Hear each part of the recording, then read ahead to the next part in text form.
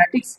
मैं आज जो है ना क्लास मैथमेटिक्स में से जो इम्पोर्टेंट क्वेश्चन है आपके बोर्ड के लिए, आपके मॉक एग्जाम के लिए और डिफरेंट स्कूल्स में जो एग्जाम होते हैं उनके लिए बहुत ही अहम क्वेश्चंस मैं आपके साथ डिस्कस करने जा रहा हूँ। आप इनकी बार बार प्रैक्टिस करें और इंशाल्लाह आपका बोर्ड का एग्जाम भी आसान हो जाएगा। ठीक है, और जो भी आप टेस्ट वगैरह देंगे अपने स्कूल्स वगैरह में वो भी इंतहाई आसान होंगे।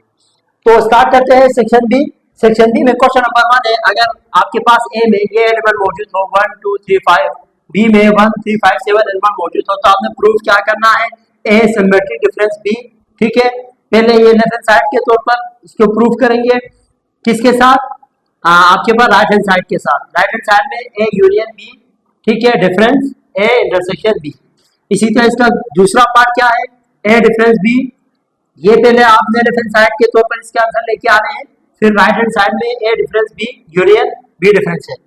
क्वेश्चन नंबर 2 है आपके पास, अगर आपके पास यू जो है ना एक सेट है U x such that x belongs to integer. ठीक है, और इंटीजर के अंदर एक्स की जो वैल्यू होंगे ना, यानी जो आपके पास एलिमेंट होंगे वो आपके पास -4 से ग्रेटर देन होगा और 6 से लेस देन। और दूसरा आपके पास क्या है, एक सेट है P, P such that P belongs to even number. ठीक है, और उस इवन नंबर के अंदर उस सेट के अंदर कितने नंबर्स होंगे, किस हिसाब से होंगे कि ये जो पी एलिमेंट्स है वो आपके पास 6 से -4 से ग्रेटर देन होगा, 6 से लेस देन होंगे, और वो जो नंबर है वो इवन होना चाहिए। ठीक है भाई, और आपके पास जो क्यू सेट है वो क्या है, Q such that Q belongs to prime number. Prime number किस हिसाब से होना चाहिए, जो क्यू है एलिमेंट वो 6 से लेस देन होना चाहिए। ठीक है भाई, तो ये आपके पास आपने पहले सेट बनानी है, उसके अलग अलग नंबर है, उसके बाद आपने इसको सॉल्व करने हैं। सॉल्व किस तरह करेंगे आप, पी डिफरेंस क्यू ये बराबर लेके आएंगे पी इंटरसेक्शन क्यू का कंप्लीमेंट। ठीक है, पहले क्यू का कंप्लीमेंट निकालें फिर इंटरसेक्शन निकालें। क्वेश्चन नंबर 3 है आपके पास, solve the following equation by using componendo dividendo theorem. ये आपके पास अब एक इक्वेशन है, इसको कंपोनेंट डिविडेंड थ्योरम की मदद से आप सोल्व करेंगे। क्वेश्चन नंबर 4 है, find the power set of this. आपके पास ए जिसमें ए एलिमेंट्स मौजूद है उसका आपने पावर सेट मालूम करने हैं।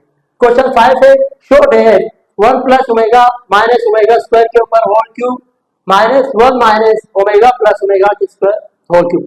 ये पूरा सॉल्व करके आपने 0 के बराबर लेके आना है। ठीक है, क्वेश्चन नंबर 6 है, रिजॉल्व इनटू पार्शियल फ्रैक्शन। इसका आपने पार्शियल फ्रैक्शन निकालना है। क्वेश्चन नंबर 7, सॉल्व एलिमेंट हमारे पास क्या क्या है, ये सारे एलिमेंट्स है, उसका हार्मोनिक मीन, ज्योमेट्रिक मीन और अरिथमेटिक मीन आपने मालूम करने हैं। ठीक है, डिमॉर्गन्स लॉ क्यों सभी जो है ना बुक के अंदर मौजूद जो एलिमेंट्स है उसके लिए आपने डिमॉर्गन्स लॉ प्रूव करके देने हैं। ठीक है, वो आप बुक से देखिए De Morgan's law. Question number 9, find the value of, इसकी वैल्यू आपने मालूम करनी है tan 60 डिग्री। ठीक है, -tan 30 1 + tan 60 डिग्री और ये मल्टीप्लाई हो रहा है tan 30 डिग्री से। ठीक है, आप इसमें आपने इनकी वैल्यूज पुट करके इसकी फाइनल एक वैल्यू मालूम करना है।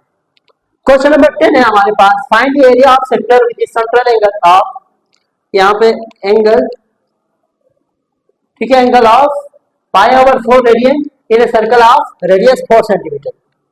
क्वेश्चन नंबर 11 है, find geometric mean if x, ये एलिमेंट है x। ठीक है, इसका आपने ये मालूम करना है, यानी ज्योमेट्रिक मीन मालूम करने हैं। ठीक है भाई, क्वेश्चन नंबर 12 क्या है, प्रूफ दैट अंडर रूट के अंदर 1 + cos theta over 1 - cos theta is equal to sin theta over 1 - cos theta. ठीक है, ये आपने प्रूफ करने हैं। अच्छा, question number 13, prove that a straight line drawn from the center of a circle are equal, then their corresponding arcs are congruent। ये हमारे पास क्या है, थ्योरम है, वो आप देखें, तैयारी करें इसकी। क्वेश्चन नंबर 14 है, prove that if two chords of a circle are equal, then their corresponding arcs are congruent। ये दूसरा थ्योरम है शॉर्ट क्वेश्चन में।